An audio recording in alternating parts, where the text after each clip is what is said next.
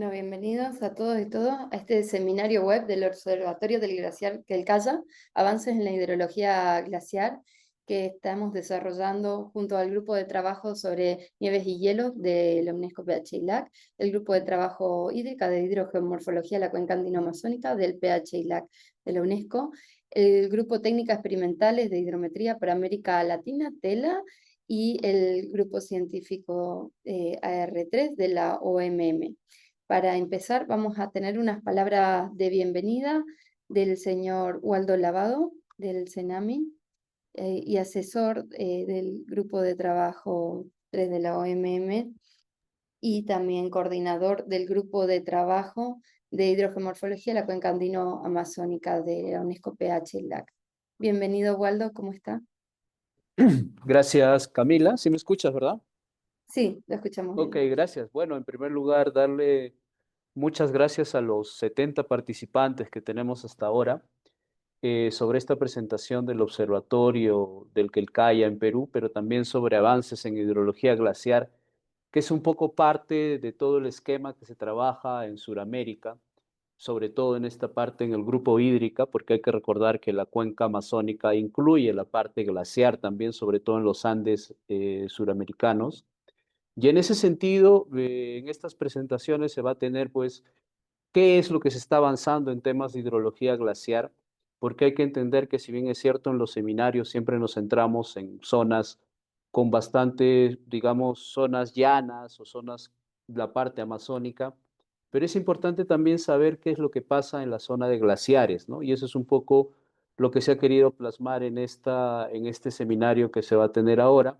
Y en ese sentido es un poco la línea que siguen los grupos de la OMM como del PHI en el sentido de entender estos procesos, ¿no? Entonces, muchísimas gracias a todos los participantes y espero pues disfruten, aprendan sobre estas tres presentaciones que se van a tener en este seminario. Muchas gracias, Camila.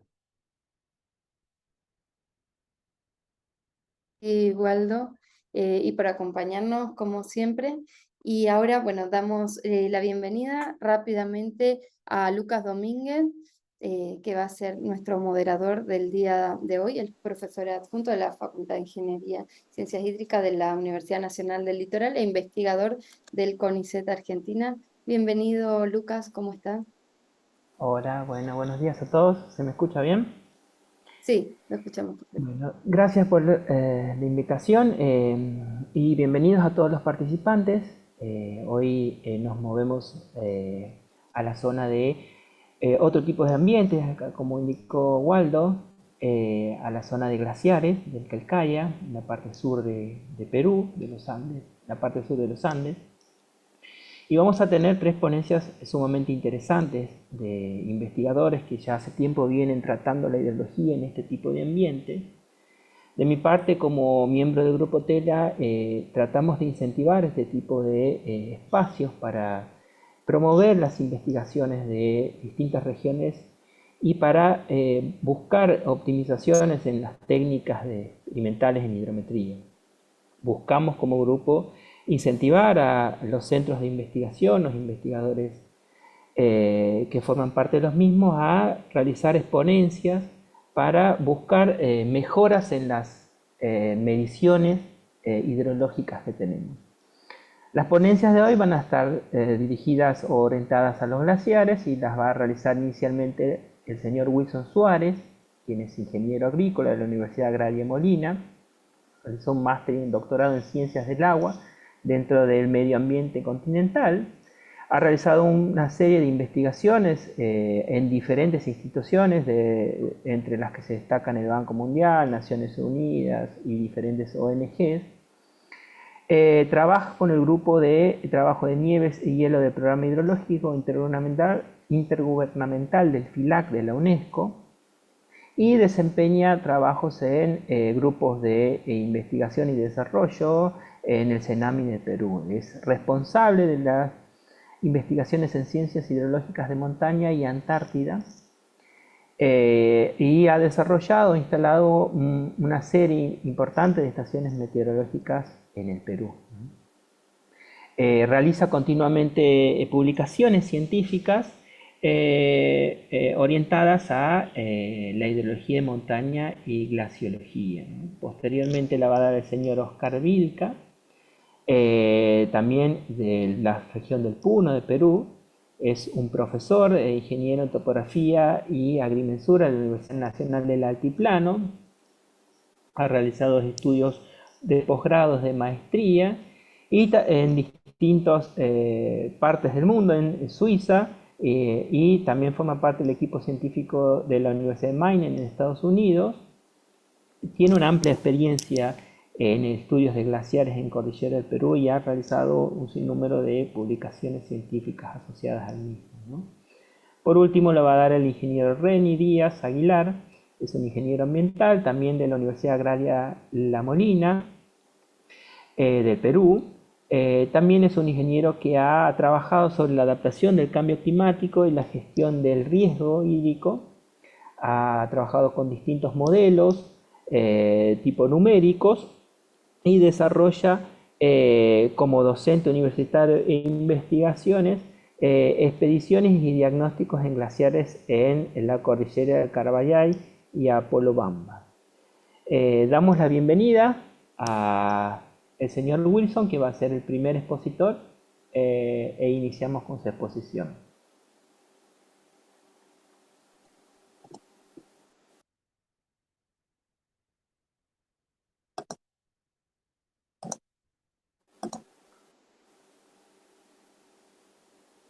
Buenas, ¿se me escucha?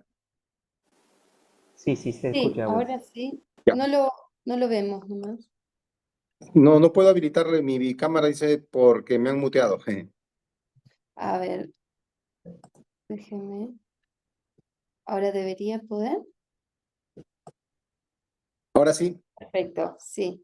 Bienvenido. perfecto. Tengan todos ustedes muy buenos días. Como lo indicó Lucas, mi nombre es Wilson Suárez. Tengo un doctorado en lo que es Ciencias del Agua, Ambiente Continental, y me he especializado en regiones de la criósfera.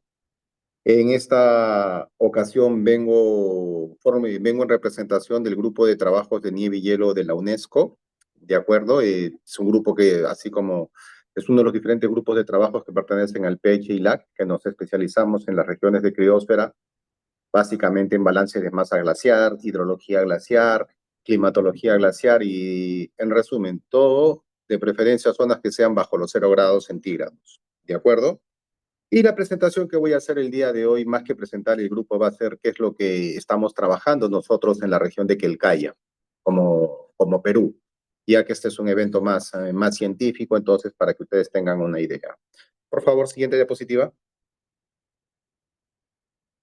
Lo primero, vamos a hacer una descripción de nuestro grupo de trabajo. Como ahí se indica, nuestros objetivos son promover el monitoreo de los glaciares en América Latina y todos los temas que sean referentes a lo que es criósfera.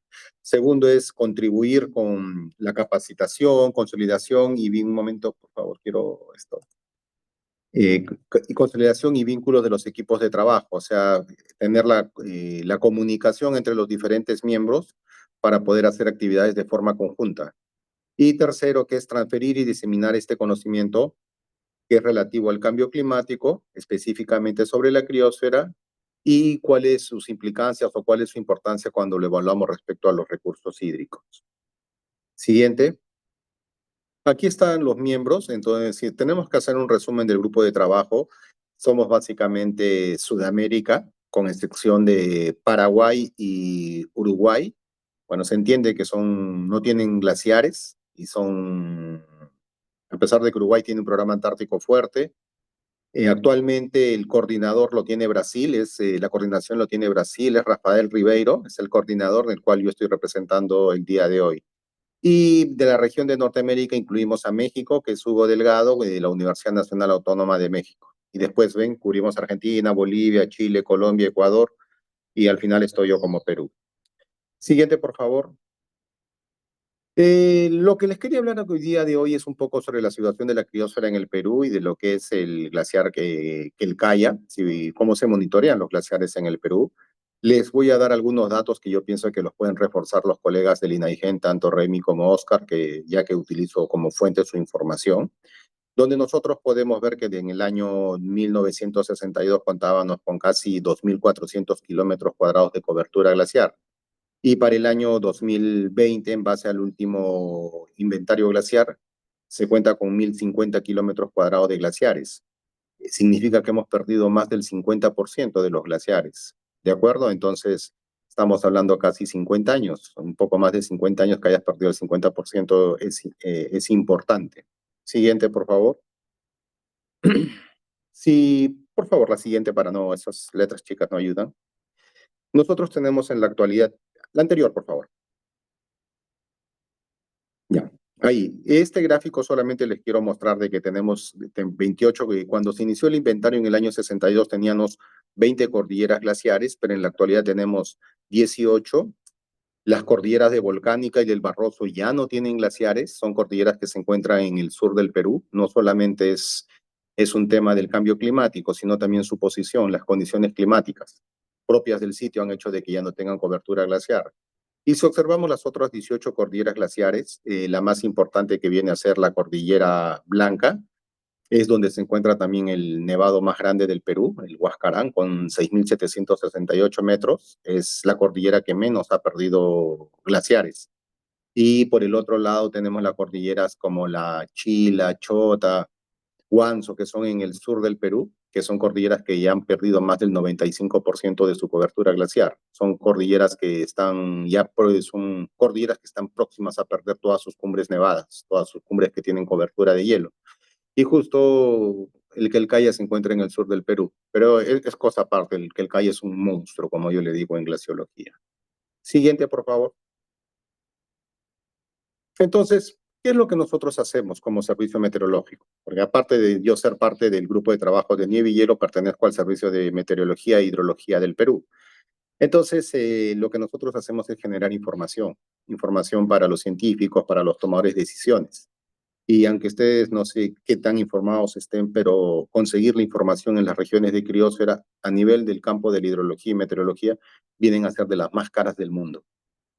¿De acuerdo? Cuando hablamos de criósfera en Perú, estamos hablando de zonas por arriba de los 5.000 metros. No solamente necesitas un equipo especial, necesitas personas físicamente preparadas y los costos son muy diferentes. Son regiones donde no es que llegas en tu carro, bajas del carro y tienes tu estación al costado, no. Demandan fuertes caminatas, acceso a mulas, caballos, campamento, y los equipos en algunos casos son diseñados. Aquí ustedes observan una red de 4 estaciones que nosotros tenemos en regiones de criósfera. Perdón, en 3 de criósfera y un entorno periglaciar. Tenemos 3 estaciones ubicadas sobre el mismo hielo. O sea, no están al costado del hielo ni en la morrena frontal, están sobre el mismo hielo. Una es la estación del Quizoquipina en la zona de ablación glaciar a 5.180 metros, cercana a la del Quelcaya. Luego tenemos en la estación, en el mismo nevado de Quelcaya, tenemos una estación a 5.600 metros, ubicada en la zona de acumulación, en la cual se estudia, genera datos para estudiar cómo se va acumulando, cómo se van formando las capas de hielo sobre este glaciar. Luego tenemos otra estación en la cordillera en el volcán de Coropuna, a 5.800 metros. Esta está instalada para evaluar el proceso de pérdida de masa glaciar y el aporte hídrico. Y la última estación la tenemos en el centro de Perú, a 4.700 metros, frente al nevado de Huaytapallana, al glaciar La Suntay. Este está en un entorno periglaciar, porque el glaciar está a 4.800 metros, y mantenemos estas cuatro estaciones, ¿de acuerdo? Ustedes acá las pueden ver ubicadas, son estaciones especiales. Hay que entender que el glaciar es un fluido, ¿de acuerdo? Es un fluido laminar que está constantemente en movimiento. Entonces, estas estaciones están diseñadas para moverse con el hielo. El hielo se puede inclinar, se puede deformar, pero la estación siempre tiene que mantener una verticalidad para que los datos sean fiables y también para que no se caiga. Ese es un gran problema que se tiene. De acuerdo, estas estaciones, 14 años, no tienen ningún problema hasta el momento. Siguiente, por favor. Acá tienen una foto de las 4 estaciones desde el Coropuna. Ahí ven ese tipo trípode que ven. Es una estación que tiene un giroscopio diseñado en el mismo Cenami que permite estabilizar los sensores con el movimiento del hielo. La del Quizoquipina, 5.180 metros, es igual. Si ven la de Quelcaya es diferente porque está en una zona de acumulación donde la prioridad es conocer la temperatura del aire y la deposición de la nieve. Y la del Huaytapallana, que ustedes la ven que está en la morrena frontal de este glaciar, de acuerdo, que es básicamente para entender procesos hidrológicos y climáticos en entorno glaciar. Al costado ven la serie de datos que producen estas estaciones. Son datos a paso de tiempo horario. Y hay variables que dentro del campo de la meteorología y climatología mundial, de los estudios mundiales, son los más difíciles de conseguir. Los datos de radiación. Radiación incidente en onda corta y radiación incidente en onda larga. Tanto incidente como reflejada y emitida por el glaciar. Porque realmente esta es la base para nosotros poder entender qué está pasando con los glaciares. ¿De acuerdo? Son de los datos más complicados del mundo. Solamente para que se hagan una idea, las estaciones meteorológicas ubicadas en glaciares sobre el mismo glaciar en la región de los Andes tropicales no pasan de 4 o 5. Hace 2 o 3 años se instalaron unas con un programa de la fundación, con una fundación de fondos americanos y la National Geographic, pero estas estaciones desaparecieron por las condiciones climáticas. Es muy difícil de mantener. Entonces acá lo que estamos mostrando es que es información muy difícil de conseguir. Siguiente, por favor. Por favor, siguiente. Esta es la metodología, cómo se instalan estas estaciones, cómo la construimos, la diseñamos. Siguiente. Cómo la probamos en la ciudad de Lima, los sensores, cómo se va hasta el Nevado a instalarlas. Siguiente. Cómo las vamos instalando. Y por favor, la última. Cómo ya la ponemos operativa, cómo nosotros las ponemos operativas. O sea, es todo un trabajo que requiere no solamente personal técnico, sino personal que esté físicamente preparado y científico para que pueda interpretar estos datos. Siguiente. Por favor, siguiente. Y acá les estoy mostrando, por favor, siguiente. Ojalá aparezcan las estés. Otra más. Otra más. Acá simplemente les estoy mostrando los datos de temperatura del aire, que es el más conocido para todos los que investigan cambio climático. Datos de temperatura del aire observados en los glaciares que han sido comparados con los datos de los modelos de reanálisis del ERA5, donde hemos visto que existe una muy buena correlación de estos modelos. O sea, nos podemos decir que podemos validar la calidad de los datos del ERA5. Y es más, ya con información observada nos permite ampliar, o sea, esta serie de 5 a 10 años de datos observados con los datos del ERA5, podemos llevarlo a 20 o 30 años de información fiable, porque podemos decir que estos datos son viables. Siguiente, por favor. Y por último, algo que siempre hemos tenido la necesidad es que siempre nos han pedido información respecto a la zona de los nevados y también somos conscientes por las conversaciones que tenemos con la UMM de la información de montañas o de glaciares son muy difíciles de conseguir. Este año hemos publicado un artículo que se llama Weather Station of Tropical Glaciers, una serie de datos multivariables de criosfera para la investigación de los glaciares peruanos. O sea, todos los datos de investigación que hemos generado en estas 4 estaciones han sido puestas a disposición del público. Si ustedes entran a este paper van a encontrar la información libre a paso de tiempo diario. En caso se requieran a paso de tiempo horario, simplemente nos tienen que contactar. Hay un procedimiento que es básico, que es para investigación, es gratuito, y como contraparte nosotros solamente pedimos el reconocimiento, o sea, que indiquen la procedencia de los datos. ¿De acuerdo? Entonces, con eso atendemos a un pedido mundial de los investigadores de información en estas regiones. Siguiente. Listo, señores. Esto sería lo que quería mostrarles para no quitarles el tiempo. Creo que hoy día lo importante es mirar lo que están haciendo nuestros colegas del INAGEN y muchas gracias por su tiempo. Muchas gracias, Wilson, por tu tiempo y por tu exposición. Recordamos a los participantes que si tienen preguntas, realicen las mismas. Al final de todas las exposiciones vamos a charlar un poco sobre las preguntas que se hagan. Vamos a dar paso ahora al señor Reni Díaz Aguilar, quien va a hablar también del glaciar Quelcaya, avances en los estudios hidrológicos. Muy buenos días. Quiero primero ver si me pueden escuchar bien. Sí, lo escuchamos bien. Ok. Entonces voy a compartir pantalla para iniciar esta presentación.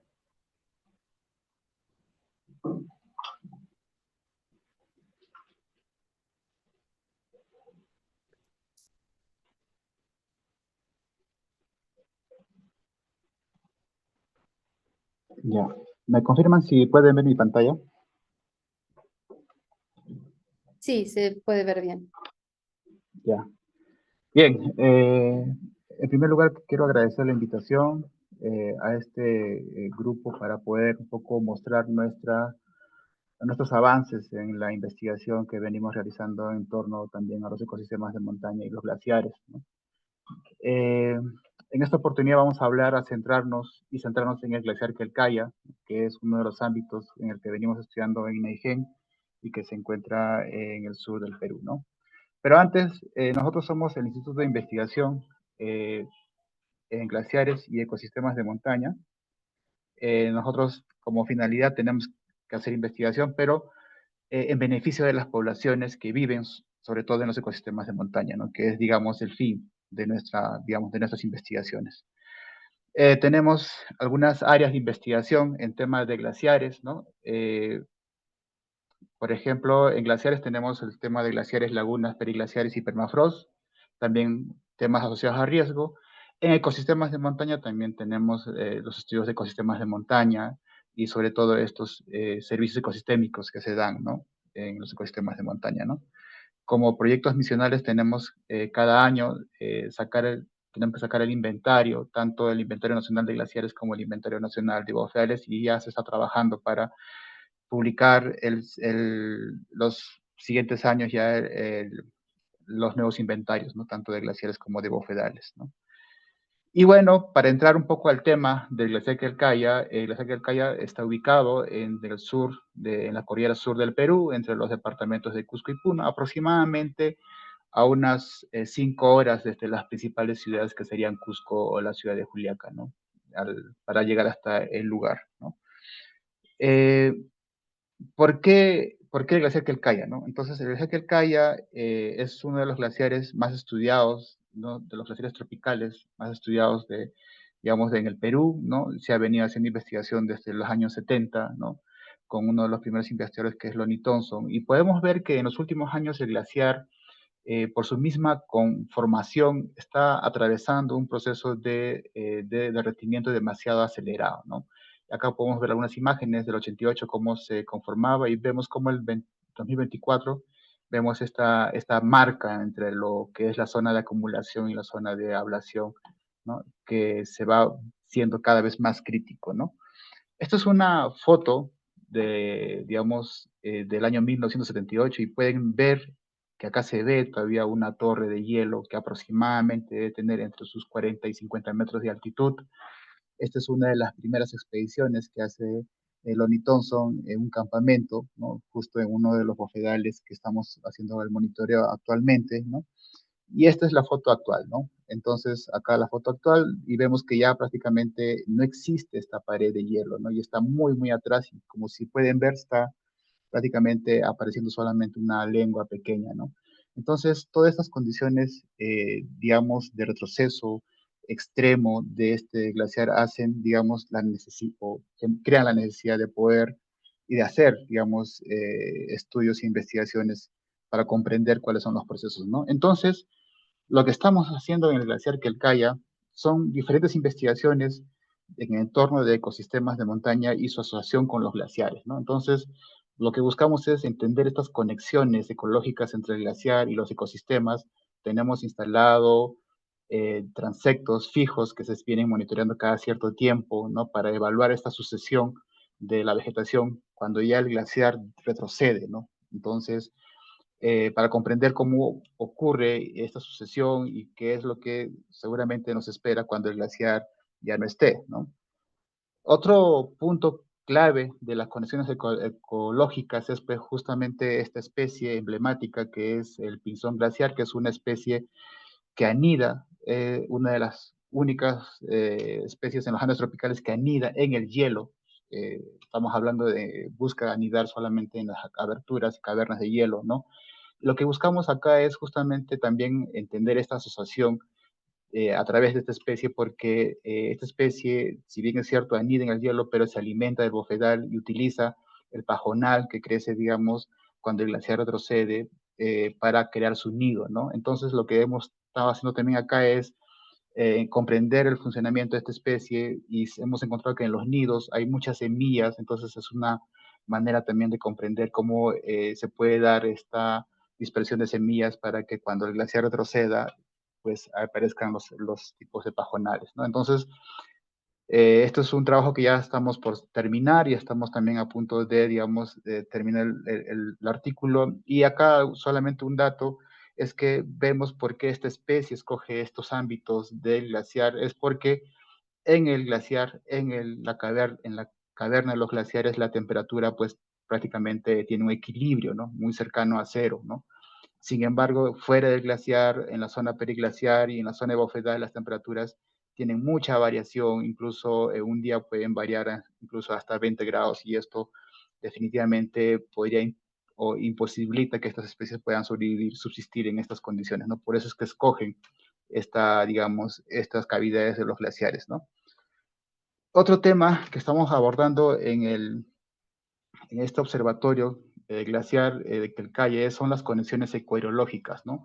Acá ustedes pueden ver dos tipos de bofedales, ¿no? Un bofedal que tiene siempre saturación, siempre tiene fuentes de agua, en cambio este otro bofedal que perdió su principal fuente de agua y ustedes pueden notar la diferencia. Entonces acá esto es una señal clara de cómo el efecto de la ausencia o presencia de agua y esta estacionalidad del agua hace que cambien los ecosistemas en un solo ámbito, ¿no? Entonces, esta zona del bofedal que está degradándose está pasando un proceso de sucesión y en ese proceso lo que está ocurriendo es que toda la materia orgánica que ha capturado, pues prácticamente se está emitiendo como emisiones de gases de efecto invernadero y que también, digamos, también estamos empezando a monitorear principalmente desde el punto de vista hidrológico, ¿no? Esto de acá es el mismo bofedal, como les comentaba. Entonces acá, en los años aproximadamente 80 y algo, la lengua glacial llegaría hasta por acá, ¿no? Entonces, todo el agua que llegaba por acá alimentaba este bofedal. Sin embargo, como ustedes pueden ver, la lengua está ya mucho más atrás y ya no existe, digamos, algún flujo de agua que vaya y alimente este bofedal, por lo que este bofedal, esta parte del bofedal ha empezado a digamos, tener este proceso de sucesión o descomposición también de la materia orgánica. Entonces, esto de acá obviamente se puede también trabajar con imágenes satelitales, ¿no? O aplicando índices, ahora con mayores herramientas, incluso capacidades computacionales, lo que estamos haciendo también es identificar cuántas de estas características o cuántos bofedales de estas características existen en el ámbito del glaciar Quelcaya. Ustedes pueden notar que existen mucha más cantidad, aproximadamente el 37% son estas coloraciones rojas son las que hemos denominado aquellos bofedales que tienen un régimen hidrológico estacional, ¿no? Y son estos bofedales los que están empezando a sufrir este proceso. Entonces acá lo que estamos buscando entender es que en la zona de los glaciares va a haber bofedales que definitivamente van a tener este camino, o sea, van a pasar un proceso de sucesión hasta convertirse en un pajonal, o sea, van a dejar de ser bofedal y en ese proceso van a tener o van a emitir toda la cantidad de materia orgánica que se almacena en las turbas y que se va a emitir por la descomposición, ¿no? Para comprender mejor, como les decía, hemos instalado piezómetros, tenemos una red de piezómetros en todo el ámbito del glaciar Quelcaya, ¿no? Esto de acá es uno de ellos, ¿no? En el bofedal Coricalis, que es, digamos, una de las cuencas del bofedal que tenemos mejor implementada, ¿no? Pero también es necesario comprender cómo es esta estructura del bofedal, ¿no? O sea, el bofedal está compuesto por turba, en algunos casos existe turba bastante uniforme y profunda, ¿no? Y en otros casos, pues, existe una serie de capas de, digamos, acompañada de turba, como la que pueden ver acá, ¿no? Hay turba, arena, otra vez turba, entonces eso también complejiza un poco la comprensión del bofedal y su función hidrológica del bofedal en las cuencas glaciares, ¿no? Y también estamos buscando entender estas conexiones hidrológicas, ¿no? Esto de acá es un ejemplo de una microcuenca dentro de todo el área del glaciar Quelcaya. Existen muchas microcuencas, alrededor de 18 microcuencas, ¿no? Esta es una de ellas, ¿no? En el que estamos también buscando comprender cuál es el aporte del glaciar, ¿no? Y cómo es que el glaciar se conecta con los ecosistemas y cuál es el aporte también de los ecosistemas, ¿no? Buscando diferenciar el aporte del glaciar y el aporte de los ecosistemas a nivel diario, ¿no? horario incluso. Entonces, acá nosotros también tenemos una red de estaciones meteorológicas e hidrológicas que se han ido instalando, digamos, en estos últimos 2 años de manera paulatina, ¿no? Y estamos también realizando los trabajos de, bueno, los trabajos de monitoreo, los trabajos de aforos que se tienen que hacer en estos ámbitos, ¿no? Y también otro punto importante que estamos haciendo es instalando cámaras trampas en 2 cuencas pilotos en el ámbito de Glaciar Quelcaya, justamente para monitorear la nieve, ¿no? La nieve que cae y buscar espacializar, porque tenemos puntos geodésicos, ¿no? Se han levantado la topografía de esta zona para justamente empalmar con estas fotos y saber cuánto tiempo permanece la nieve en el bofedal, y esto obviamente correlacionado con los caudales que se van generando en las cuencas, ¿no? Acá vemos justamente que en un evento extremo, ¿no? Vemos que la precipitación que se ha ocurrido también genera incrementos en el caudal, y lo que nos ayudan estas fotografías de las cámaras trampas es justamente saber ese tiempo que existe desde que cae la nieve hasta que se derrite, y esto cómo afecta en la subida de los niveles de los caudales, ¿no? De las diferentes cuencas. Y todo esto, digamos, se concentra en un ámbito donde digamos, juntado todos estos temas de investigación que hacemos como Instituto de Investigación, y que hemos denominado el Observatorio de Glaciar Quelcaya, ¿no? Donde justamente estamos buscando comprender de una manera integral todos los procesos que están ocurriendo en este glaciar, desde el enfoque ecosistémico, desde el enfoque de los glaciares, incluso también desde el enfoque social que esto y los impactos que esto va a generar en las comunidades, ¿no? Entonces, como pueden notar, tenemos una red de equipos en el ámbito de Glaciar Quelcaya. En total tenemos, solamente en Glaciar Quelcaya tenemos 8 microcuencas instrumentadas, ¿no? Alrededor de Vilcanota tenemos unas 3 más que están instrumentándose, ¿no? Y que nos van a permitir conocer a mayor detalle cómo es que se da este comportamiento de retroceso glaciar y cuál es el impacto en la hidrología digamos, de estas cuencas glaciares, ¿no? Algunos adelantos de algunos resultados que vamos obteniendo, por ejemplo, los piezómetros ya nos están dando algunos datos interesantes sobre el nivel freático. Acá estoy comparando dos tipos dos bofedales. Uno es en el sur del Perú, que está en el ámbito del Observatorio de Quelcaya, y otro es casi en el centro norte del Perú, que es en la zona de Ancash, ¿no? En la Cordillera Blanca, donde vemos que la estacionalidad en este bofedal que está en Ancash es mucho mayor frente a la estacionalidad que existe en el ámbito en este bofedal de Glaciar Quelcaya, ¿no?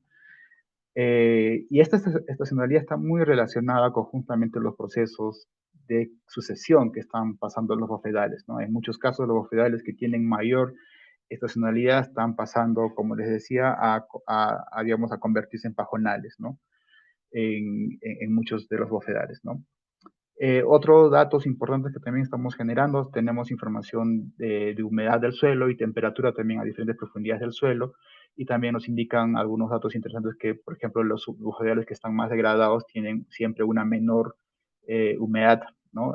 Volumétrica, a diferencia de los bofedales que están, digamos, en mejor estado, ¿no?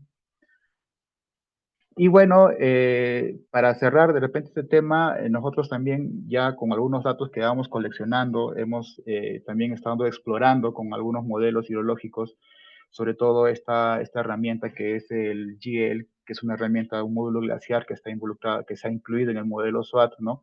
Para poder también un poco ver cuál es la respuesta, cuáles son los resultados que vamos obteniendo en una cuenca glaciar, ¿no? En este caso solamente se ha aplicado en la cuenca Coricalis, porque digamos que es la primera cuenca con la que hemos iniciado y tenemos un poco más de información, ¿no? Y bueno, acá también hemos incluido una información bastante, digamos, innovadora, que es justamente ya teniendo los volúmenes glaciares que se han medido en campo, ¿no? Gracias al trabajo que seguramente Oscar les va a contar un poco más de detalle. Se ha incluido también estos volúmenes de glaciares medidos en campo y estimados y medidos en campo digamos, en el modelo hidrológico, ¿no? Sin embargo, los resultados, como esperábamos que pudieran ser muy prometedores, en realidad todavía nos están mostrando que faltan algunas cosas por afinar, ¿no? Acá podemos ver que existe, digamos, el azul es los caudales observados, ¿no? Y el rojo son los caudales simulados. Entonces, estamos en ese proceso, ¿no? Creemos de que todavía necesitamos levantar información de suelo, que es clave en una zona periglaciar, ¿no?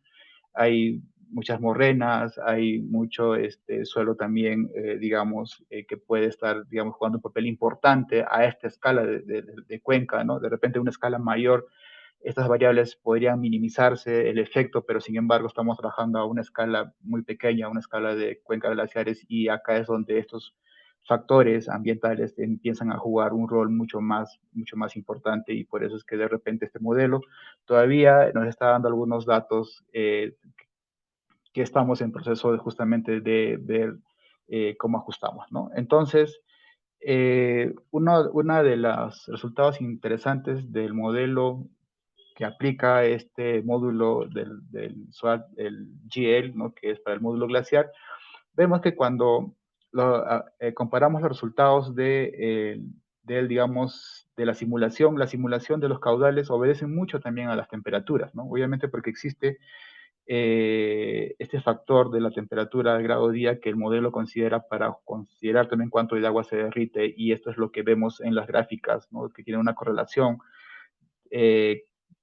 o sea, el caudal simulado tiene una correlación con la temperatura, y en algunos casos vemos que todavía también en los meses de octubre, aproximadamente agosto, septiembre, también digamos, de alguna manera tiene ese comportamiento en algunas zonas el caudal observado. Sin embargo, todavía hay algunos caudales, hay algunos datos que todavía estamos en proceso de, digamos, de mejora, ¿no? De este modelo. Creemos de que esta cuenca es muy particular porque tiene gran cantidad de morrenas. Es posible que la laguna Coricalis, que está en la cabecera, actúe como un gran reservorio, amortiguando incluso estos caudales que pueden generarse si es que hubiera fuertes precipitaciones, ¿no? Como les decía, esto solo es una cuenca, ¿no? Como les decía, también tenemos 8 microcuencas y estamos en ese proceso, estamos recopilando información. Es un trabajo, como ya lo mencionó el doctor Wilson, es un trabajo bastante difícil de ir en campo en condiciones extremas, ¿no? Incluso para tener los aforos o los caudales más representativos hay que ir en la temporada más fría, donde justamente existen las heladas más fuertes y el nivel del agua baja en su nivel más mínimo. Entonces tenemos que despertarnos en la madrugada para aforar justamente esas horas, y lo contrario es en la época de lluvias esperar el caudal más alto, y es pues ir en plena o después de un evento de lluvia, en plena nieve, donde los caudales incrementan. Entonces son cosas que estamos aprendiendo en el camino y que estamos recopilando la información para que justamente el siguiente año ya podamos de repente tener más información de más cuencas y poder también empezar a evaluar lo que, digamos, estos procesos hidrológicos, ¿no? ¿Y cuáles son los siguientes pasos en lo que estamos pensando en el observatorio? Pues es fortalecer la investigación participativa. Acá hay un elemento clave y que, digamos, que si no fuera ellos no hubiera sido posible realmente implementar esta red de estaciones y de equipos que tenemos en Calcaya. Es justamente la población local, no son las comunidades, son los comuneros, son estas personas que ya de por sí ellos hacen gestión de su cuenca, ¿no? Con, digamos, desde sus herramientas, desde su aprendizaje, han hecho en el pasado, están haciendo gestión ahorita y seguramente van a seguir haciendo gestión en la cuenca, en las cuencas del glaciar Calcaya, y es importante recolectar este aprendizaje juntamente con ellos, y eso es lo que buscamos fortalecer con este observatorio, ¿no? También pensamos entrar, ya estamos teniendo algunos indicios, algunas tareas, ¿no? Algunos trabajos para establecer ya y entrar al tema de stock y flujos de carbono, porque los bofedales, ¿no? Que es parte de este paisaje, pues almacenan turba, y las turbas son grandes reservas de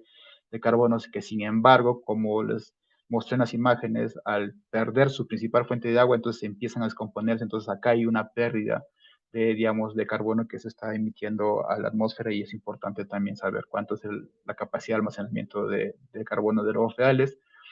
Estamos pensando también entrar a la aplicación de isótopos. Vamos a complementar la estación que tenemos en la cuenca Coricalis, que es, digamos, la estación piloto que vamos a tener y donde vamos a implementar una red de colecta de muestras para hidrología isotópica. Y bueno, también más adelante esperamos implementar una infraestructura amigable con el ambiente, sin una infraestructura que permita a los investigadores poder llegar a un lugar y poder de alguna manera también tener condiciones mínimas básicas para poder realizar sus trabajos de investigación, ¿no?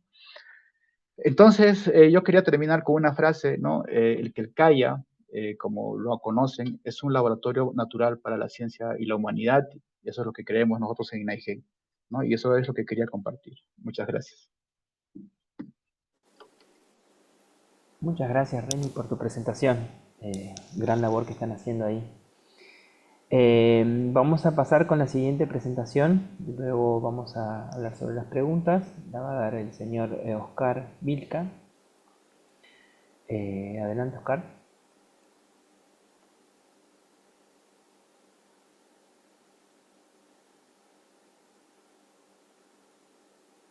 Hola. Hola, ¿me escuchan? Hola, sí lo escuchamos. Ok, voy a proceder a compartir mi pantalla. Y por favor me confirman si se puede ver. Eh,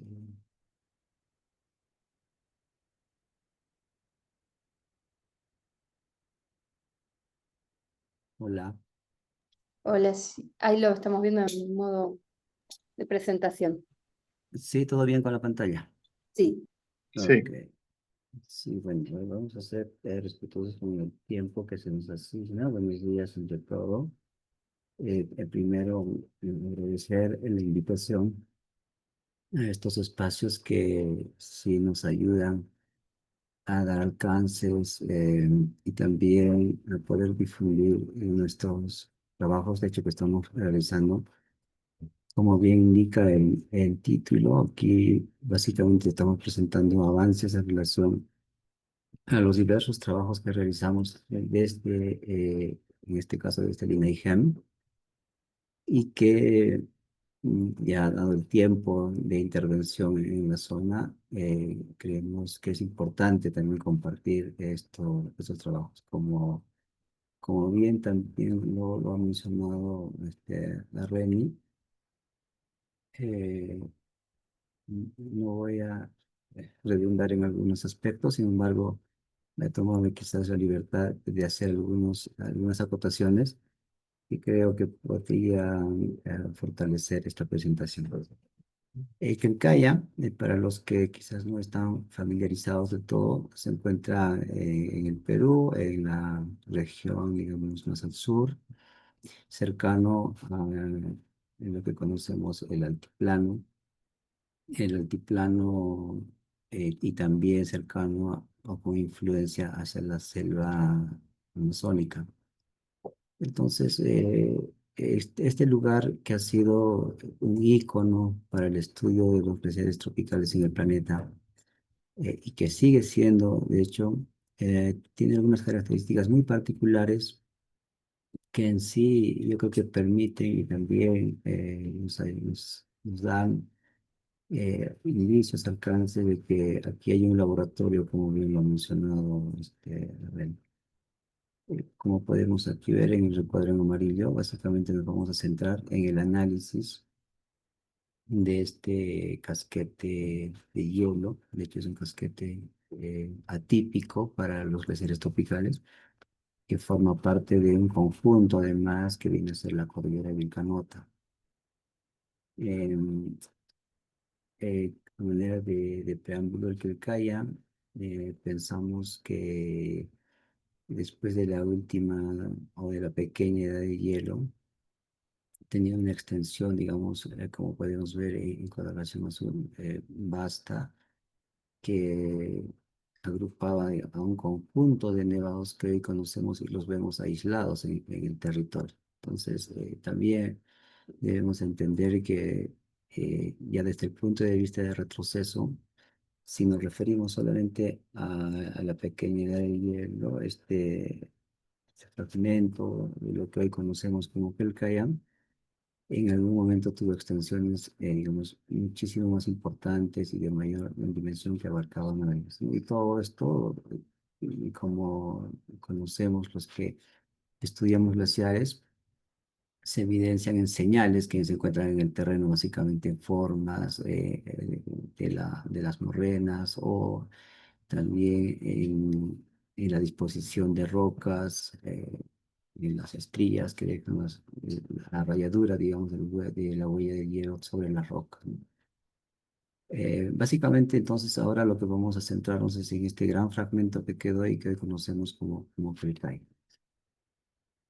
El casquete glacial Kelkaya, dentro de sus particularidades, es, digamos, la formación de estos estratos en forma de manto, digamos, en un terreno relativamente llano a comparación del resto de montañas en el país, en el Perú. Entonces, ya su ubicación de por sí y marca una diferencia porque estamos hablando de una capa de hielo que concentra en su mayor extensión, concentra los estratos de hielo de diversos procesos de acumulación. Entonces, he ahí que también conocemos los estudios que se han generado en relación a la adaptación paleoclimática, ¿no? Porque sus estratos, digamos, en la zona alta sobre todo, se han conservado relativamente muy bien en el tiempo, ¿no? El análisis más rápido y más simple que podemos encontrar, que podemos hacer, es sobre la evolución en relación a la información que se cuenta. Y aquí nos vamos ya ubicando sobre cómo así esta tendencia del retroceso, cuando hablamos de la pérdida de superficie en los glaciares, nos va indicando que cada vez estamos, por lo menos mantenemos esta secuencia de pérdida en superficie. Pero la pregunta que surge es en realidad, ¿y cuánto de volumen se está perdiendo? O sea, estamos viendo, sí, en imágenes, quizás los contornos del glaciar, pero no nos está permitiendo ver la pérdida en masa, ¿no? De o el espesor que se pierde en un glaciar. Es así que para nosotros, y como bien lo ha mencionado Remy, que llega a constituirse como un laboratorio de estudio. Entonces hemos invertido esfuerzos para poder generar la mayor información posible que nos que nos ayuden en realidad a conocer más el ámbito, ¿no? Aquí tenemos una imagen con la geodesia, podríamos decir, con puntos, digamos, monumentados y además certificados por el Instituto Geográfico Nacional, que es la entidad que rige el tema geográfico en el Perú. Entonces hemos hecho una pequeña red geodésica local para el Quelcaya, porque entendemos de que la forma de entender un glaciar tiene y va de la mano con entender también los cambios que ocurren en relación a las altitudes y a los cambios mismos dentro del glaciar. Entonces, la utilización de los modelos de elevación digital es clave, pero no podemos confiarnos, digamos, del todo con los modelos de elevación digital porque podrían tener errores y están estos siempre, o deberían estar siempre sujetos a correcciones, ¿no? Y además se ven en los colores claros aquí una serie de puntos de control que a lo largo de estos últimos 5 años hemos venido haciendo. Entonces, se nota que, digamos, hemos recorrido gran parte o por lo menos el entorno del Quelcaya, y también algunos sectores en donde, digamos, no hemos ingresado de todo por ser, digamos, relativamente inaccesible o demanda más tiempo en llegar a esos lugares. Entonces, teniendo esta pequeña red local geodésica, también hemos obtenido el punto, digamos, en la zona más alta, es un punto, de hecho, referencial. Aún, sin embargo, nos va dando una idea de la elevación máxima que cuenta este glaciar, ¿no? Es así que tenemos digamos, una topografía relativamente corregida que también nos da una idea sobre cómo es el casquete glaciar en relación a las altitudes. Pareciera que todo se está concentrando por encima de la cota 5.350, 5.400, y hay una superficie de por sí digamos, importante en esa cota, ¿no? Y eso es visible también en, en las imágenes, ¿no? Entonces, después hacemos este tipo de análisis en relación a las pendientes, a la orientación. La pendiente, digamos que es predominante en este sector, estamos hablando de los 8 15 quizás de los 8,25. Entonces, aquí resalta la particularidad del Quelcayan. Son pendientes moderadas eh, por su característica de manto. Entonces son relativamente accesibles en términos de, digamos, para el traslado de personal y para el estudio relativo en la superficie, ¿no? Sin embargo, hay zonas donde también tienen pendientes fuertes, y zonas relativamente inaccesibles. Y la orientación lo que nos revela es que pues, hay predominancia de una gran parte del glaciar, sobre todo en este sector oeste o hacia el poniente solar, que también hemos notado que influye en relación a las altas tasas de fusión que hemos estado observando en los últimos años, dado que la mayor, digamos, la pérdida diaria en glaciar ocurre en las horas de mayor o de días despejados, de mayor radiación solar, y esto tiene que ver con la exposición que el mismo glaciar tiene, ¿no? Y se concentra básicamente en el sector oeste. Y en esta imagen también podemos ver los sectores analizados en relación a las grietas que se han ido formando en los últimos años. Eh, Esto básicamente está mapeado con fines de prevención, porque el personal en las campañas que hemos ido efectuando se desplaza sobre el glaciar. Entonces tenemos que ir advirtiendo donde hay mayor predominancia en relación a grietas y la tipología que estas tienen. Dicho esto, solamente en esta lámina puse eh, solamente esta que nos muestra de lo que es el modelamiento propiamente, ¿no? De un glaciar. Quiero empezar con esto para después un poco profundizar en los aspectos que tiene el Quelcaya. De hecho, no voy a hacer no voy a extender, esto lo podemos conseguir en la web, poniendo el laptop y la referencia de lo que hace, de lo que indica este tipo de modelamiento de glaciares, que está básicamente idealizado para condiciones de glaciares de valle o glaciares que están extendidos dentro de las quebradas. Y bueno, el autor ha, digamos, ha sincretizado esta ecuación, tomando en cuenta puntos observados en los glaciares alpinos, si más no me equivoco. Entonces, y así como estas, hay otras fórmulas, hay otras aproximaciones. Farinotti creo que también hace lo mismo.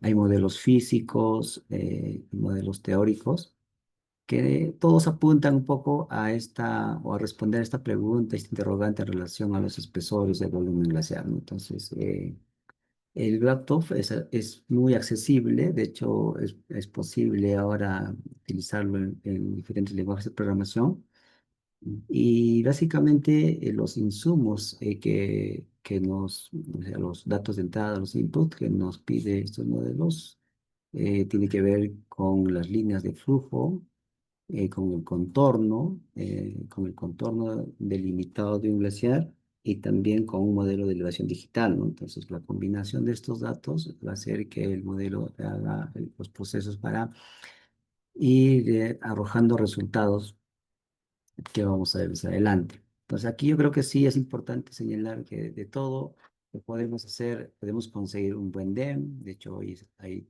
diversidad de modelos de elevación digital en el mercado también, y libres también.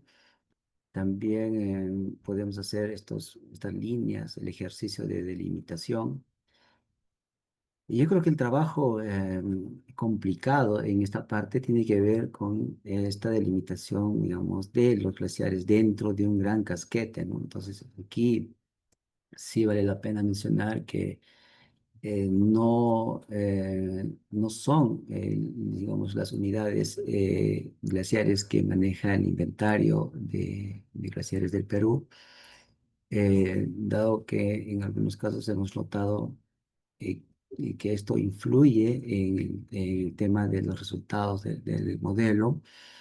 Entonces, aquí se han sincretizado, en algunos casos se han ampliado, tomando en cuenta el criterio precisamente de las líneas de flujo.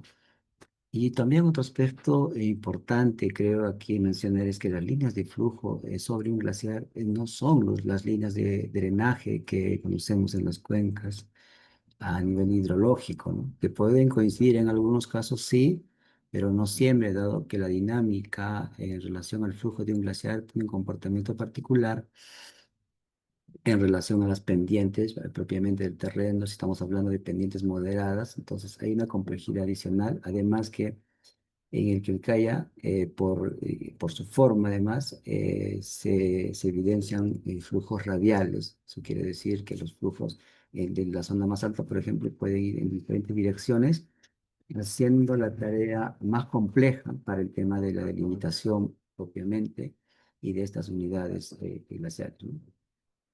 Los resultados que hemos visto en relación, por ejemplo, al laptop 2, que es ahora, digamos, lo que se está manejando, definitivamente el laptop 2 arroja unos resultados digamos, que no nos ayuda mucho a entender digamos, lo que es a simple vista, cómo es el comportamiento, cómo podría estar la configuración dentro de un glaciar. Pareciera que dentro de sus variables, lo que hace está muy apuntado definitivamente al tema de glaciares de valle. Entonces, cuando uno pone un casquete como es el Pilcaya, el modelo simplemente es esto, ¿no? Se vuelve, quizás no responde a lo que se necesita. Pero, sin embargo, el modelo de laptop 1 anterior al laptop 2 sí relativamente nos da resultados interesantes que ya nos dejan ver en realidad lo que podríamos encontrar en el Qelkai. Entonces, este ejercicio de sacar resultados en relación a la delimitación del glaciar, las líneas de flujo y un modelo de elevación digital, de hecho aquí hemos hecho la prueba con modelos digital de 5 metros, de 30 metros. Entonces, este ejercicio es vago cuando no se tienen registros de campo, ¿no? Cuando no se tienen medidas de espesor. Es así que desde INEGEM lo que hemos visto es que teníamos que conseguir estos registros de campo y esto a raíz también de algunas anécdotas, experiencias que les vamos a ir contando de aquí en adelante, que seguramente también va a ayudar un poco a entender la complejidad de esta iglesia. Aquí en esta imagen, que corresponde a octubre del 2024, estamos viendo la zona cumbre de Quelcaya, que está en este sector, y vemos que todo el casquete prácticamente está en situación de ablación. O sea, ya no se puede hablar de una zona de acumulación por lo menos constante, permanente. Y entonces, esto también nos ha puesto ya en un escenario distinto en donde estamos, digamos, poniendo en evidencia de que el CAIA tiene un comportamiento cada vez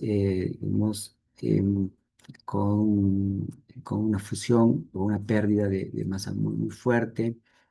Y lo que estamos viendo también es que cada vez hay presencia o mayor presencia de estos agrietamientos y desprendimientos en los frentes en donde hay pendientes muy fuertes. De hecho, aquí hay este es en el sector de Puno y este es en el sector de Cusco. La línea de frontera pasa por un divorcio de agua.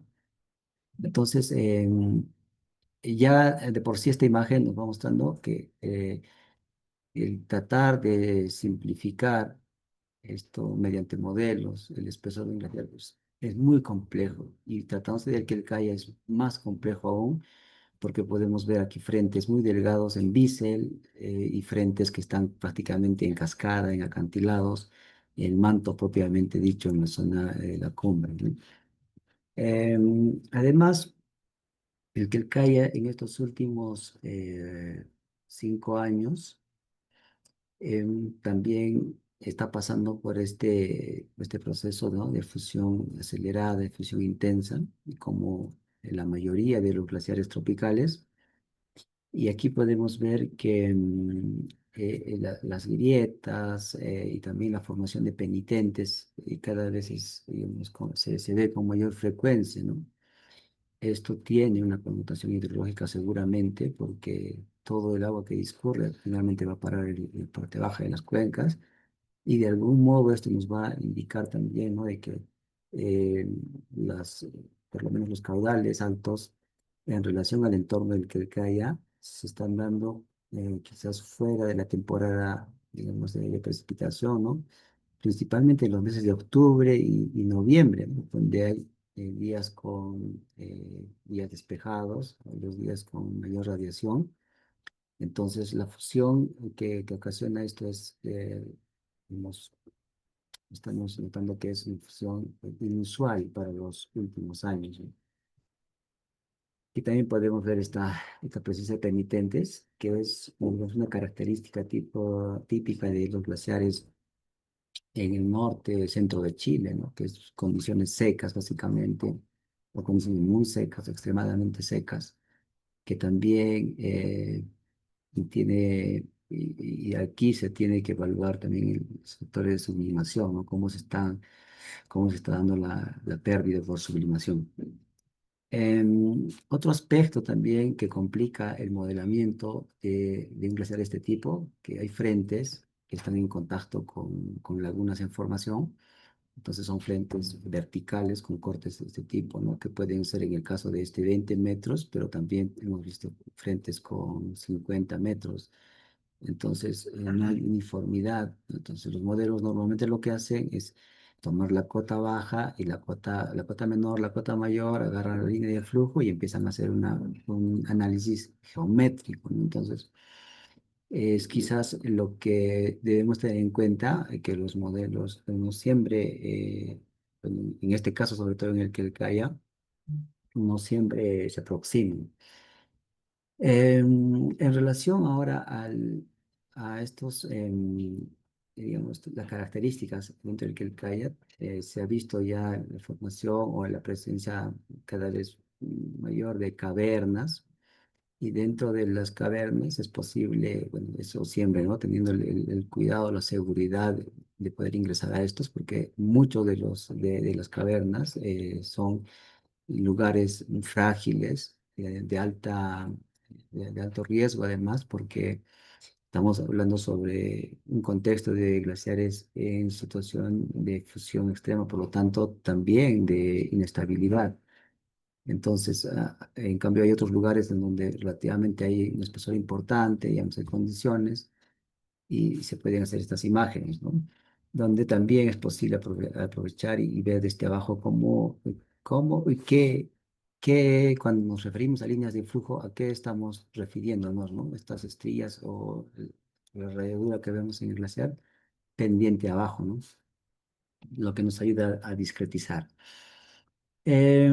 Los drones, ¿no? De hecho, esta herramienta, este equipo, en los últimos años ha sido para nosotros, yo entiendo que para la glaciología en general es un instrumento clave, importante, porque no solamente nos libera de exponernos a ciertos peligros en relación al desplazamiento sobre glaciares, sino que nos permite capturar información a mayor resolución, información en lugares en donde no se podían fácilmente tener estos registros, ¿no? Entonces es así que contamos con drones que nos van facilitando también tareas como en este caso.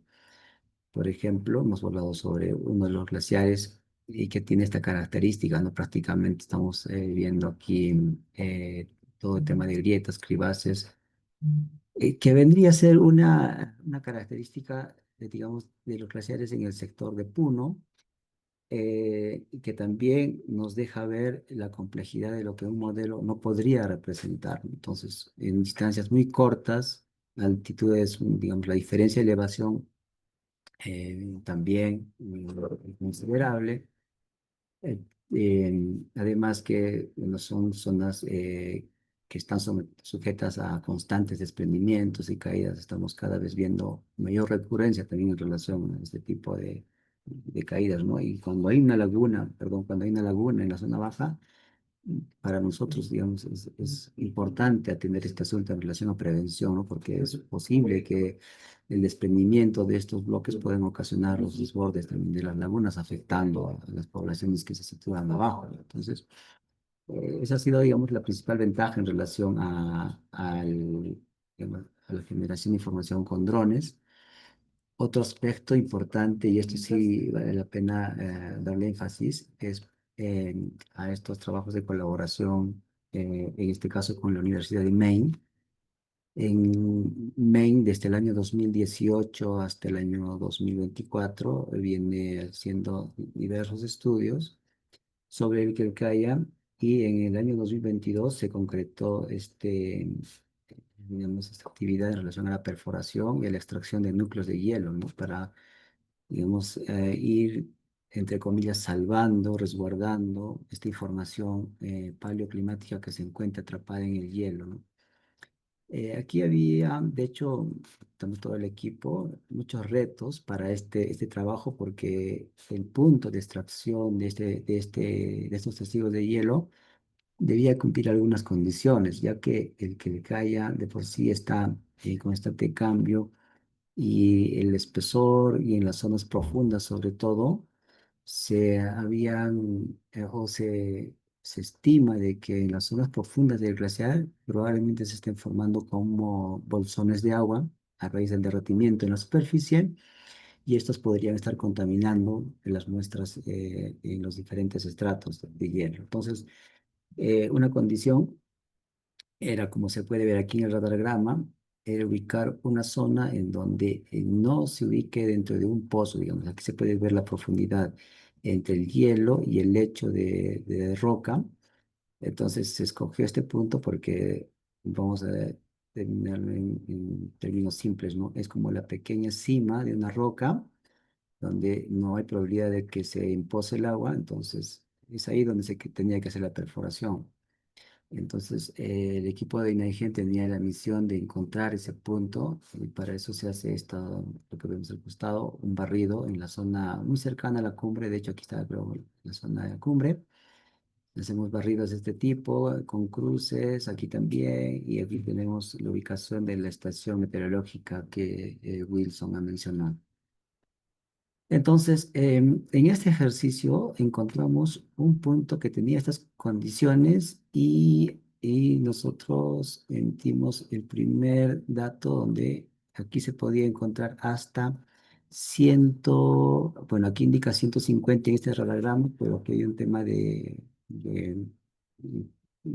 factor atmosférico que se le resta, de 130 metros aproximadamente de profundidad que se podía perforar. Es aquí donde se instalan estos equipos de perforación, y para nuestra fortuna y buena suerte y alegría, se perforaron un total de 130 metros. Entonces, prácticamente estuvimos dentro de una precisión importante que necesitaba esta expedición.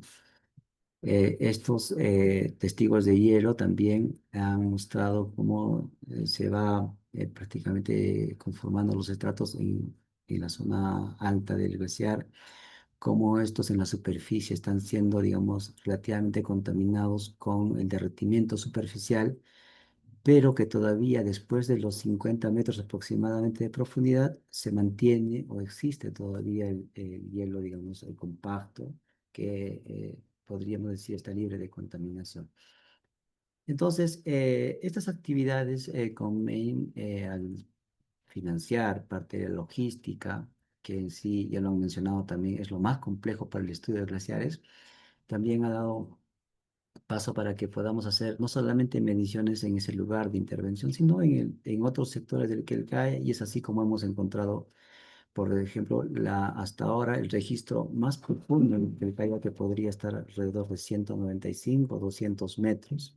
De hecho, en el reporte que estamos haciendo, estamos casi 209 metros en algún punto. Está sujeto obviamente a incertidumbres, que podríamos decir de 10, 15 metros. Entonces, entendemos que entre 190 y 200 metros está el espesor mayor del glaciar Quelcayo. Es así que nos volvimos locos hasta el INAIGEN y hacemos todo el tema de radar por donde las zonas, digamos, por las zonas más accesibles, donde sea posible. Y lo que hemos conseguido en diferentes campañas, una campaña en el 2018, 22, 23 y 24, es recorrer casi 44 kilómetros. De hecho, hay más recorrido, solo que en algunos casos los datos tienen errores, tienen fallas, se han depurado, de hecho, no, pero lo que tenemos a la fecha son registros medidos analizados en 44 kilómetros, un total de 30.800 puntos aproximadamente, que en este caso puesto sobre un modelo de evaluación digital, nos van dando cuenta, ¿no? Cómo está el glaciar en relación a sus profundidades.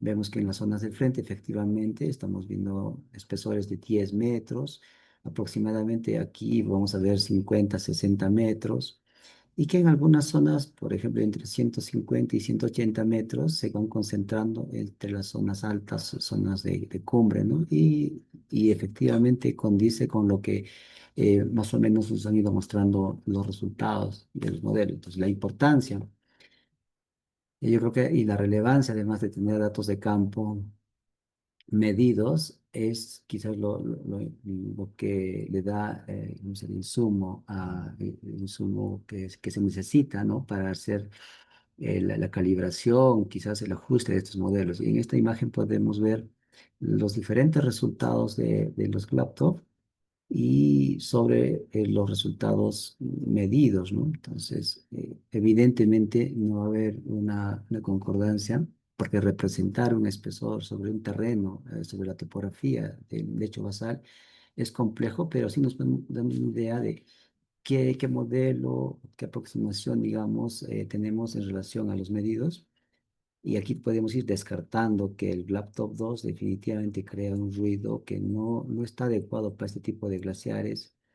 También podemos notar que en este caso el Laptop 1 con una resolución de 5 metros y solamente tomando en cuenta el contorno de todo el Quelcaya, hace que se vayan disparando estas, digamos, medidas o profundidades, ¿no? Sobre todo en las zonas de mayor profundidad, porque ya que en las zonas de menor profundidad, de 50 o hasta 100, sí está respondiendo, digamos, un poco a la forma, por lo menos, de los registros que hemos obtenido, ¿no? Nos vamos quedando con 3 modelos a la fecha.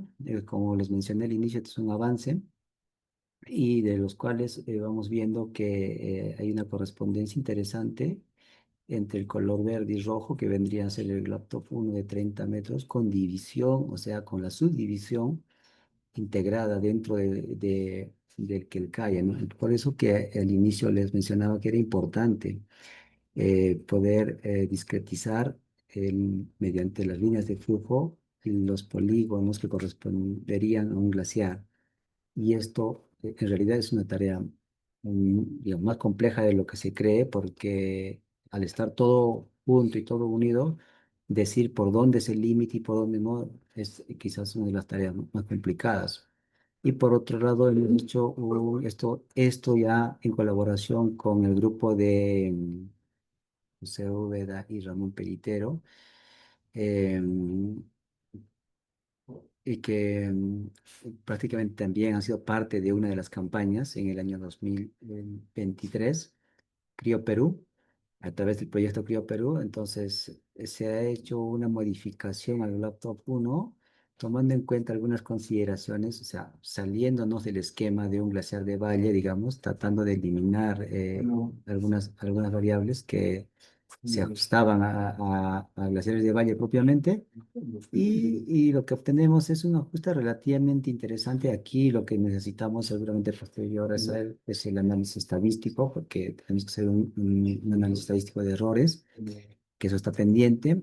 Y como para ir terminando, vemos que para este avance tenemos discretizado, digamos, al Quelcaya en 18 glaciares, en sentido digamos, del reloj, 9 glaciares en el Cusco y 9 glaciares en la región Puno, de los cuales podemos ver que el volumen total de hielo se estima en 2.730 millones aproximadamente.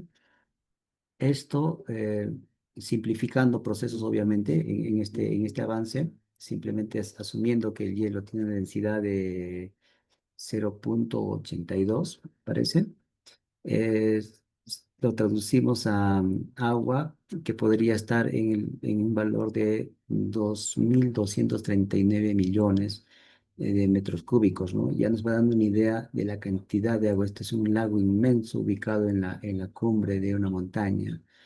De hecho, hay una reserva importante de agua. Además, consideramos que solamente el Quilicaya puede estar, debe estar, a ver, no sé si almacenando la mayor cantidad de volumen de hielo de toda la cordillera Vilcanota y, y creemos que a raíz de estos resultados de muchos de los glaciares en el Perú, además, podría ser una de las mayores reservas, ¿no? Y aquí una discretización simple también, haciendo un factor de corrección del 10%, porque como hemos visto, la complejidad de estimar el volumen de agua en el Quelcaya pasa también porque hay agrietamientos, hay cavernas, hay vacíos, o sea, hay muchos factores. Entonces, si queremos hacer un poco digamos, de ejercicio de corregir, estaríamos hablando de aproximadamente 2.015 hectómetros cúbicos de agua distribuidos en la región de Cusco y Puno, que van a alimentar a dos de las principales cuencas, que a su vez tienen, digamos, importancia tanto en el tema de la generación o del recurso de generación eléctrica en el país. Esto de pronto espero que les haya dado un poco de luces sobre lo que estamos haciendo, la intervención que como INAIGENIO estamos realizando. Pensamos que estos avances ya se van a traducir en datos cada vez que nos pongan análisis estadístico, que nos ayuden a ver comparaciones y que nos también ayuden a profundizar el conocimiento en el ámbito, ¿no? Por último, y para cerrar, solo quiero hacer un llamado y quiero compartir y que tenemos un MONFU, un simposio donde reúne precisamente a todas las personas, congrega a todas las personas que tienen algún interés en las zonas de montaña, en el estudio de glaciares, ecosistemas de montaña propiamente dicho. Sin más, yo agradezco por la invitación. Hasta aquí y presto a sus preguntas. Muchas gracias. Bueno, gracias Oscar. Gracias por tu presentación, muy enriquecedora y con muchísima información de campo, que seguro es todo un desafío, ¿no? Si quieren, pasamos a las preguntas, si les parece. Hay una primera pregunta de carácter general de Norberto Bando, que, bueno, cualquiera de ustedes si quieren pueden contestarla, que refiere a, para ustedes los glaciares son considerados bienes nacionales de uso público, inapropiables y no cuestionables. Norberto indica que en Argentina el gobierno, bueno, tiene proyectos para eliminar la ley que los protege. ¿Cómo es la situación en Perú respecto a los glaciares?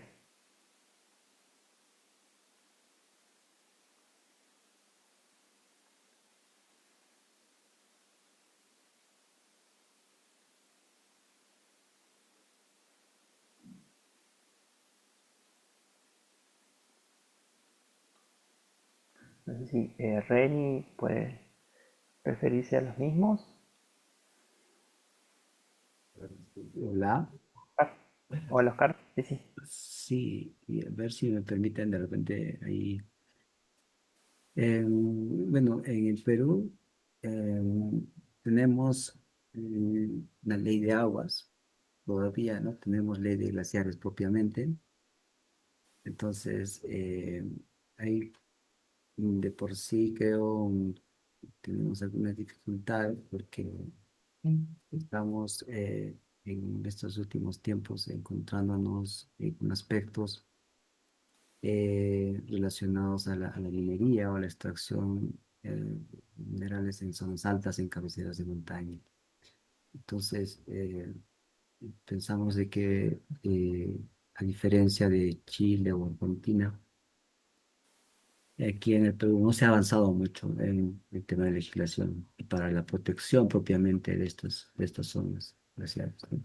A excepción de algunos sectores que tienen que ver más con el término de áreas naturales protegidas, ¿no?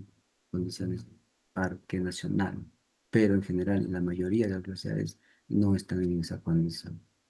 No sé si eso ayuda un poco a responder la inquietud. Gracias, gracias Oscar por tu apreciación. Vamos a seguir con las preguntas. En este caso es para Reni. Y pregunta Daril Ayala si tienen papers ya publicados, referidos, en donde hayan participado de glaciares. Ujú. Sí, a ver, todavía artículos referidos desde, digamos, desde el observatorio que el CAIA no tenemos publicado papers. Sin embargo, quiero aprovechar que nosotros como INAIGEN vamos a publicar un libro coleccionable de los avances que se están realizando en el glaciar Quelcaya desde el ámbito o desde el enfoque glaciar, ecosistema, ¿no?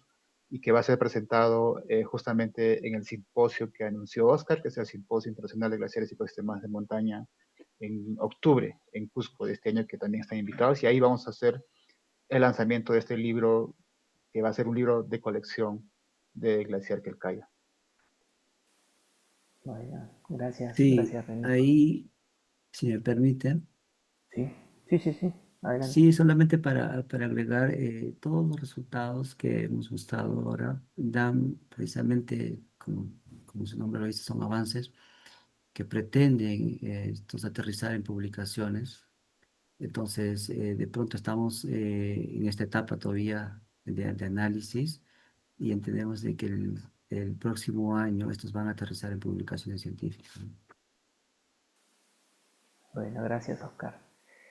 Una pregunta para vos, Oscar, que la hace Alexis Caro, que vos bastante ya expresaste un poco, refiere a, hola Oscar, ¿cómo estás calibrando, validando la simulación de balance masa, superficie y espesor de hielo glaciar en términos de periodo de tiempo, productos y resolución espacial?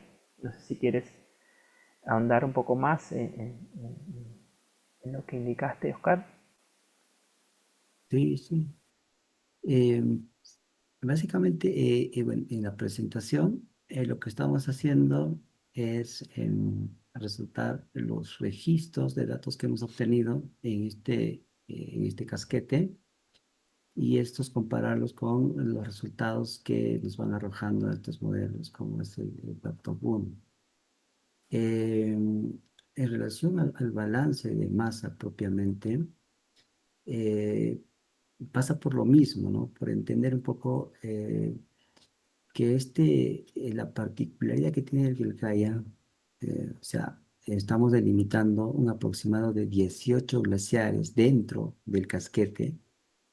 Entonces, eh, pareciera que los 18 glaciares tienen un comportamiento relativamente distinto, tanto por la exposición, como mostraba la orientación, y además porque se han estado formando microclimas, porque los resultados que ahora, como hay estaciones cercanas, nos van a ir mostrando también, relacionadas sobre todo tanto a las lagunas o a los bofedales. Entonces, sí se debe tener mucho cuidado si queremos hablar de un balance de masa general, o sea, podemos hacerlo tomando en cuenta dos modelos de evaluación digital de diferentes periodos, o sea, podemos hacer el ejercicio, pero sí debemos tener en cuenta algunas particularidades en el que el CAIA particularmente. Bien, gracias, Oscar. Una pregunta también referida a los modelos que le hace Luzmila Rosario. Dice, buenos días, quisiera consultar cuáles fueron los factores de forma, perdonen, que, se me fue la pregunta, que utilizaron para el modelo de GitHub, mal no lo leo. Bueno, se me Sí, fue la sí, pregunta. sí se entiende la pregunta, Lucas.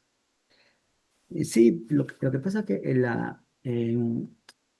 los modelos laptop es, básicamente es un análisis geométrico, digamos, ¿no? de un glaciar en condiciones de, de- de flujo o un glaciar de valle. Y sí tiene que ver mucho el factor de forma, porque se asume para glaciares de valle el factor de forma de 0,8. En algunos casos puede esto ser muy sensible, factores de forma de 0,85. Sin embargo, para el laptop modificado, hemos pensado que esto podría acercarse hasta el valor de 1. Esto tiene una explicación teórica, ¿no? Porque el 0,8 se introduce para tener en cuenta el efecto de resistencia de las paredes en los valles glaciares. O sea, básicamente estamos hablando de los contornos, y son características de glaciares alpinos, pero estamos hablando en este caso de un campo de hielo, de un casquete. Entonces, este factor de forma sí tiene, digamos, importancia, ¿no? Entonces, he ahí el ejercicio, ¿no? De saber y de conocer exactamente cuál es ese valor que podría ser, o que podría responder mejor a la realidad en el terreno. Bien. Una siguiente pregunta que la realiza Sadam. Dice que entiende que el observatorio de glaciares Quelcaya y los avances de tecnología aportan un valioso conocimiento técnico científico. ¿Qué acciones concretas se están implementando para mitigar el retroceso glacial, o si las hay o no las hay? Y el enfoque es únicamente investigación y monitoreo.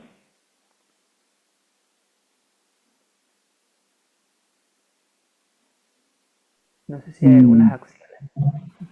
Sí, a ver, yo un poquito solamente hablar de las acciones, eh, más que nosotros como institución hacer intervenciones para la mitigación, no tanto, sino son la misma población la que está haciendo los procesos de mitigación. Por ejemplo, les mostré en la última diapositiva algunas fotos que son, digamos, de dos comuneros que viven en las microcuencas glaciares y ellos, al ver que el glaciar está retrocediendo, están empezando de alguna manera, a canalizar el agua o aprovechar mejor el agua a través de canales para irrigar y poder mantener sus bofedales, ¿no? Porque su principal actividad de ellos es pues la ganadería, ¿no? De camelios, mecanos y alpacas principalmente, y lo que buscan con esto es tener mayor cobertura para poder, subsistir, ¿no? Entonces, son en algunos casos algunas comunidades, algunos pobladores que ya están haciendo este proceso de mitigación. Nosotros como institución, en la parte de ecosistemas, estamos acompañando algunas intervenciones de recuperación de bofedales, ¿no? Justamente también que busque mitigar el efecto de retroceso de los glaciares y su impacto en los bofedales, ¿no? Sin embargo, todavía estamos recién empezando, por eso tenemos una red de equipos de piezómetros que justamente nos va a ayudar a monitorear. También estamos haciendo evaluaciones ecológicas sobre estas parcelas, esta parcela de bofedal que se está o que se va a implementar, ¿no? Principalmente. Entonces, desde el punto de vista ecosistémico, eso es lo que estamos haciendo, ¿no? No sé, de repente Oscar puede comentar algo sobre los glaciares, ¿no? Sí, Reni. A ver, voy a partir porque la pregunta sí me parece interesante, dado que este es el año de la conservación de los glaciares. Entonces, hay algo que decir. Propiamente, digamos, el término conservación no me gusta mucho, para serles sincero. Mm, Yo, cuando estudiamos los glaciares, intentar y literalmente ver el tema de conservación, Resulta complejo porque estamos estudiando la dinámica de elementos que subsisten, en algunos casos que son parte de este sistema global que funciona en el planeta, ¿no? De enfriamiento, calentamiento, de acumulación y pérdida. Cuando nos piden qué acciones concretas, yo sí ahí pensaría de que no se debería subestimar la labor de investigación, porque es la investigación que va a despertar conciencias en la población en relación a lo que está sucediendo en estos ámbitos que hasta hace poco eran desconocidos, porque no todos podemos ir a un glaciar, no todos podemos ir a medir lo que está ocurriendo en un glaciar. Eh, a veces pensamos que solamente, y ese término, ¿no? O solamente, o es únicamente investigación y monitoreo, y es que es precisamente los datos que generamos que van a ayudar en algún momento, no solamente a despertar conciencia, sino a generar políticas públicas que precisamente ayuden a la protección, que ese término me resulta mucho más, quizás, más, no sé si mejor utilizarlo porque necesitamos proteger estas áreas. Eso sí, ¿no? Para garantizar, digamos, el agua dulce que tenemos almacenado en forma de lagos de agua en estado sólido, ¿no? Eso, básicamente. Bueno, gracias Oscar y gracias Reni. Gracias a los tres, a Oscar, a Reni y a Wilson por sus presentaciones. El labor que están haciendo es fenomenal, es muy complejo, difícil de llevarlo a cabo por todas las inclemencias climáticas que tienen, así que yo de mi parte les agradezco por todo el labor que están haciendo. Bueno, damos por terminado, nos pasamos un par de minutitos de los predefinidos. Agradecemos nuevamente a todos los participantes por haberse quedado hasta el final y por haber participado de este evento. Y los invitamos a que nos sigan en nuestras redes porque vamos pronto a realizar otro nuevo evento. Así que lo estaremos informando por ese medio, ¿no? Camila. Muchísimas gracias, Lucas. Y sí, como mencionabas, bueno, agradecer a todos los participantes y sobre todo a los panelistas por su valioso tiempo y bueno, y toda la información compartida sobre el glaciar Quelcaya, la cual va a estar disponible como la grabación de este evento luego en la página del grupo TELA, como las grabaciones de los eventos anteriores. Bueno, le agradecemos mucho nuevamente y recordarles que bueno, este 2025 también es el Año Internacional de la Protección de los Glaciares, así que para nosotros desde UNESCO es un evento importante y siempre es grato poder tener este tipo de seminarios para visibilizar las investigaciones que se realizan en torno a esos. Agradecemos una vez más su participación y nos despedimos. Hasta luego.